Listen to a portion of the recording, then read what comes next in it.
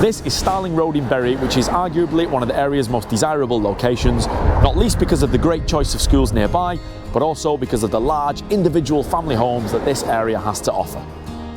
And if that wasn't enough to get you excited, then the spectacular historic cottage behind me that I'm going to be showing you today certainly will. Now, I mentioned history, and that's because it was built just after the Battle of Waterloo some 200 years ago. So if the walls could talk, you can imagine the stories this house would tell. It was originally stables surrounded by beautiful farmland and picturesque scenery, and I'm also told that it's the oldest standing property on Starling Road. So at one time it was the only property on the road with that beautiful scenery all around. Since then it's taken on many forms and been used in a variety of ways, but since the 1950s it's been owned by the same family, and at one time it was one large residential home and it even had a small shop on the side. In more recent years, the cottages have been separated into two, so we've got number 40 and number 42 to the other side, but the one that I'm going to be showing you today is the right-hand side, number 40. It sits on a great plot with off-road parking to the rear, it's got a gorgeous garden, and it still retains some of those beautiful scenic views. Now, as you'd expect with most cottages, they do tend to be quite dated throughout, especially as soon as you step inside.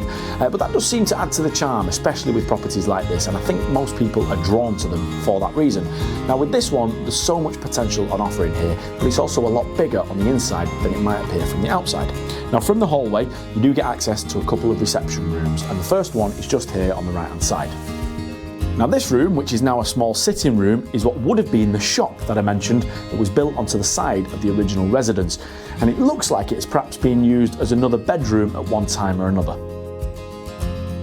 And on the other side of the hallway, this is reception room number 2. Now, it's a lot bigger than the first one, so this would actually probably be the main living room. I love those feature ceiling beams, and you've also got dual aspect windows in here, so it lets in so much natural light.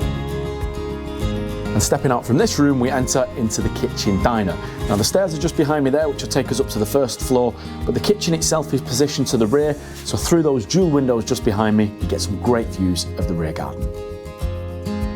So we step outside of a small utility area where you've also got a downstairs toilet, and then we're into the rear garden. It's a beautiful garden that's not overlooked. You've got off-road parking here, as I mentioned earlier.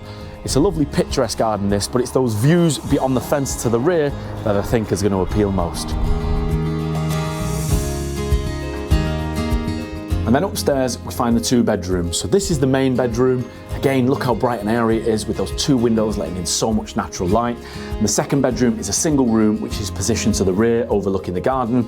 And then just along the hallway to the far end, this is where we find the family bathroom. Now, the other thing I love about this property is when you look on the walls or on the sides, there's loads of little nods to the history of this cottage.